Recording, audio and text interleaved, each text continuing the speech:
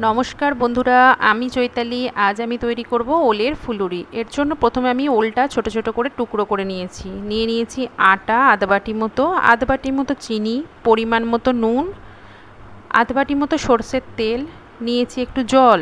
প্রথমে আমি ওলটা প্রেসারে সেদ্ধ করে নেব। এর জন্য আমি প্রেসারে একটু জল দিয়ে সিদ্ধ করে নিচ্ছি। ওলটা আমার সিদ্ধ করা হয়ে গেছে। ওলটা আমি একটা চামচের সাহায্যে থেতো করে নিচ্ছি। স্ম্যাশড করা ওলটার সাথে মিশিয়ে দিলাম আমি চিনি, দিয়ে দিলাম আমি পরিমাণ মতো নুন, দিয়ে দিলাম সেই আধ বাটি মতো আটাটা। সব কিছু উপকরণ আমি ওলের সাথে ভালো করে মেখে নিচ্ছি।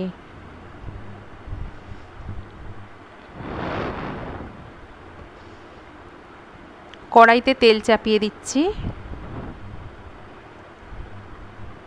তেলটা ভালো করে গরম হয়ে যাওয়ার পর আমি ওই মেখে রাখা ওলটা ছোট ছোট ফুলুরির আকারে ভেজে নেব।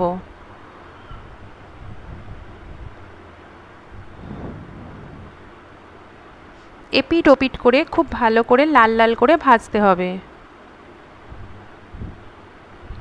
তৈরি হয়ে গেছে আমার ওলের ফুলুরি।